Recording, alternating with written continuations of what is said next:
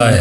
استاد کا کردار، دوست کا کردار، ماں کا کردار، ان تین کرداروں سے تم کبھی بچ نہیں سکتے۔ فرمایا برے دوست سے بچنا، یہ دوست تجھے نشائی بنا سکتا ہے، یہ دوست تجھے ہور بنا سکتا ہے، یہ دوست تجھے گنہگار بنا سکتا ہے، یہ دوست تجھے کربلائی بنا سکتا ہے۔ تو پہلا انتخاب یہ کرنا کہ دوست کون سا۔ معصوم فرماتے ہیں ماں باپ تو تیرے اختیار میں نہیں ہیں کہ کیسے خدا تجھے عطا کرے گا، لیکن یہ چیزیں تیرے اختیار میں ہیں۔ معلم کون سا ہونا چاہیے، دوست کون سا ہونا چاہیے، یہی پہ فرمایا ہر فرد کی اپنی ذمہ داری ہے۔ عورت معاشروں کو بناتی بھی ہے، عورت معاشروں کو بگاڑتی بھی ہے، اگر بنانے پر آئے تو عورت کربلا بنا دیتی ہے۔